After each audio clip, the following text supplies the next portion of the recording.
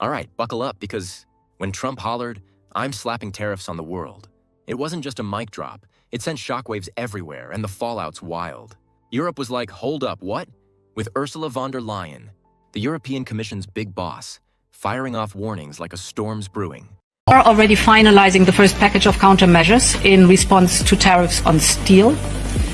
And we are now preparing for further countermeasures to protect our interests and our businesses if negotiations fail. Like the EU was gearing for a showdown, ready to protect their businesses from getting steamrolled. It felt like Brussels was drawing a line in the sand. No backing down, ready to throw hands if Trump didn't blink. But here's the twist. Just days later, Ursula pulls a total 180, and jaws dropped across the continent. With the United States. Indeed, we have offered 0 for 0 tariffs for industrial goods, as we have successfully done with many other trading partners, because Europe is always ready for a good deal. What happened to the fight? It's like the EU went from a roaring lion to a kitten, purring for a deal, and you can almost hear the groans in Brussels. 3 trillion more? Fine, just don't make us keep brawling with Trump. They've done this zero tariff dance with other trade partners, so it's not new, but folding so fast? That's a head-scratcher, making the EU look like they blinked first in this tariff stare down. Meanwhile, China's not playing that game, they're going full beast mode. Trump demands they ditch their 34% retaliatory tariffs, but Beijing's like, dream on, and cranks it up, slapping another 34% on top and choking off rare earth exports. They're also eyeballing 30 US defense firms, piling onto the 24 already in the crosshairs, signaling a no-holds-barred trade war. China's betting big, ready to slug it out. And it's clear they're not sweating Trump's bluster one bit. This isn't just a spat, it's 2 giants squaring up, and the world's holding its breath to see who lands the next punch. So while the EU's tripping over itself to play nice with Trump, he's turning up the heat, and Canada's not here for his tariff tantrum. The guy's out here threatening to jack up taxes on China to a wild 50%, maybe even 104% if they don't ditch their 34% retaliatory tariffs, like he's daring them to flinch. You don't back down, I'll hit harder, he's basically yelling, and it's got the whole world on edge, wondering if this trade war is about to go full-on cage match. China's not blinking, but Canada's stealing the spotlight, and they're ready to drop a bombshell that could shake the US to its core. Enter Danielle Smith, Alberta's no-nonsense premier, who's like, you want to mess with us? We'll flip the script. She's eyeing Europe and India, hinting they could sign deals to reroute Canada's massive 4 million barrels of daily oil, 700,000 of which keep Gulf Coast refineries humming like a V8 engine. We could redirect those purchases somewhere else, she says, cool as ice, and it's a gut punch Trump didn't see coming.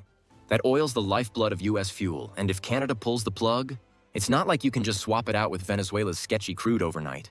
Refineries would need a major overhaul, and good luck with that while prices spike.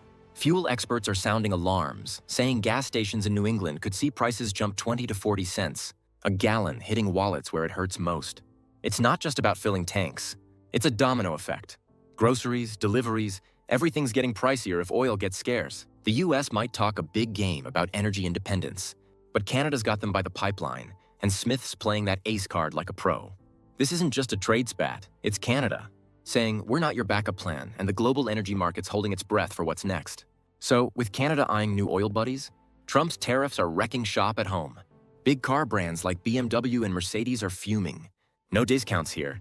Just pain for US workers stuck with factory shutdowns or slashed hours. It's a raw deal, and 62% of folks in industrial states are fed up, saying these taxes could tank the economy.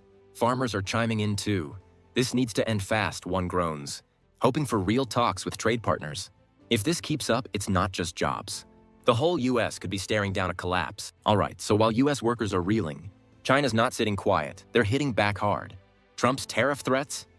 Beijing's like, hold my tea, eyeing another 10–20% tax hike on phones and laptops, maybe topping $100 billion. In hits, way past the $60 billion they've already slapped on soybeans and cars.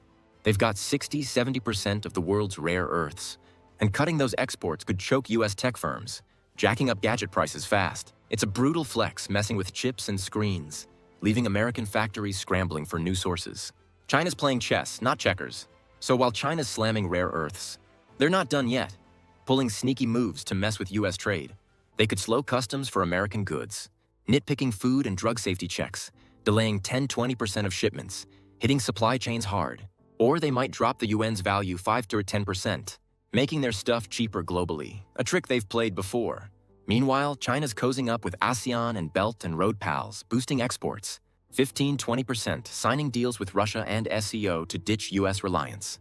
It's a slick plan, spreading influence while the US scrambles. So, while China's out here playing trade war chess, Trump decides to go all in with a jaw-dropping 104% tariff on Chinese goods. And it's like he tossed a grenade into the economy. Markets didn't just wobble, they straight up crashed, bleeding trillions of dollars in hours, leaving investors and regular folks reeling from the shock. It's not just a number, it's a gut punch to wallets everywhere. And the chaos is spreading faster than a wildfire. Caroline Leavitt, trying to smooth things over, steps up with, if China reaches out to make a deal, he'll be incredibly gracious. But it's hard to buy that when the whole country's feeling like it's on a runaway train with no brakes. Inside Trump's camp, it's a total circus. Elon Musk's out here blasting the tariff plan, calling it a disaster waiting to happen, while Peter Navarro, the trade guru, doubles down, pushing it like it's the golden ticket. Sparks are flying, and Leavitt just shrugs, tossing out, boys will be boys, like it's a backyard brawl, not a policy implosion. The vibe's so messy, you'd think they're scripting a reality show, not running a government. Social media's buzzing with what the heck reactions as Americans watch their leaders squabble. While prices for everything, clothes, gadgets, you name it, start climbing like they're on a rocket to the moon. Then it gets wilder. Leavitt's out there defending a plan to deport people, even US citizens, to El Salvador under the Alien Enemies Act, saying every single person that has been deported qualifies for that deportation. Cue the outrage, folks are losing it, calling it flat out illegal, and lawyers are like, hold up, that's not how laws work. It's not just a bad idea. It's a match to the social powder keg, splitting communities and cranking up the tension to 11. Trust in the government's fading fast. And this tariff deportation combo's got people wondering if Trump's steering the ship, or just yelling from the deck while it sinks. So, while Trump's tariffs are blowing up everything, the fallout's hitting the US like a tsunami. And it's not just numbers, it's a full-blown crisis. That's got people screaming in the streets and allies slamming the door. Picture this. The stock market doesn't just dip, it craters, wiping out a staggering $6.4 trillion in just 48 hours, a gut punch that's shredding 401ks and retirement dreams faster than you can blink. That's not pocket change. It's life savings for millions of families. Folks who thought they'd retire with a cozy nest egg now staring at a big fat zero. The Dow's a mess. The S&P 500's in freefall, and even Bitcoin, that crypto. Darling Trump hyped, tanks 64%, plummeting from $69,000 to $25,000 like it's riding a rocket to nowhere. It's a financial bloodbath, and the shockwaves are rattling cages, from Wall Street to Main Street. But Trump? He's out there acting like it's all good, chilling on the golf course at Mar-a-Lago, posting selfies with a grin like he's just won the Masters. It's good to win. You heard I won, he brags. While deadly storms claim 18 lives and 4 US soldiers die in Lithuania, tragedies that don't even get a nod from him. No sympathy, no pause, just another swing of the club and a sarcastic truth social jab. The American people need to accept the bitter pill I'm giving them. It's cold, man, like he's checked out, leaving folks to drown in the chaos while he's perfecting his putt. Protests are erupting everywhere. Chicago, Milwaukee, Washington, New York, thousands hitting the streets, not just mad about tariffs, but fed up with a government that's deaf to their pain. He's gotta go! They're chanting, voices raw with frustration. A raw signal that this isn't just noise, it's a political earthquake brewing. Canada's not sitting quiet either. They're swinging back with a vengeance, and Mark Carney's leading the charge, like a hockey captain ready to win. We will win this trade war, he declares. Just like in hockey and soccer, we will win. And it's not just talk. Canada's done playing nice. They're slamming 25% tariffs on US goods, eyeing deals, with Europe to redirect their oil, and Carney's making it crystal clear. They won't let Trump steamroll them. It's a bold flex, a middle finger to the idea that the US calls all the shots. And it's got allies nodding in approval. The EU's in on it too, fuming over Trump's trade antics, with the German chancellor calling emergency meetings to figure out how to hit back.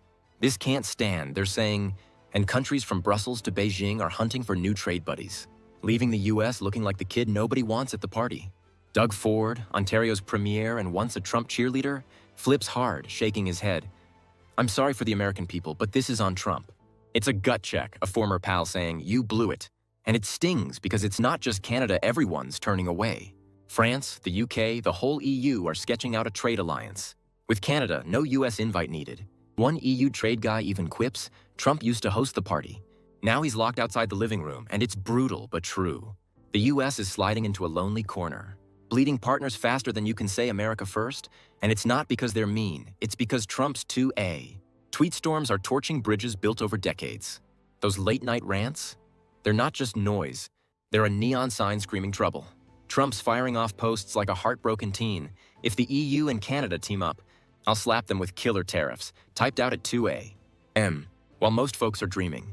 It's not strategy, it's a meltdown, and people are asking, is this guy in control? Or just losing it? Consumer confidence is at a 15-year low per the University of Michigan, with rent spiking, wages flat, and grocery bills crushing families. A Bloomberg analyst cuts deep. Americans don't care who yells loudest, they want life easier. But Trump's stuck yelling, "Make America great again," while it's looking more like "make recession real fast."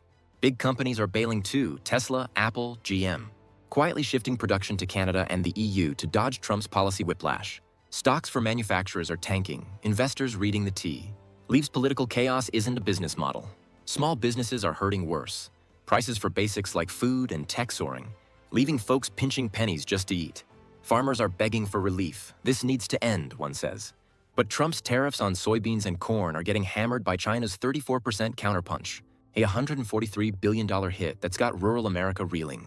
Even Warren Buffett, a Trump buddy, calls BS on the tax claims, saying it's punishing workers, not saving them. Protests aren't just local, they're going global, with crowds from Chicago to London, waving signs like "Trump's destroying America." Social media is a firestorm, hashtags like #ResistTrump trending. As folks vent their rage, he's gone after every country, even ones with no people. One tweet blasts, and it's not just memes, it's betrayal. People are comparing this to the worst economic crashes, asking, can he fix what he broke? The answer's murky. But with 401ks crumbling and jobs vanishing, voters are wondering if Trump gets how deep this hole is. He's golfing while America burns. And that bitter pill he's pushing? Nobody's swallowing it anymore.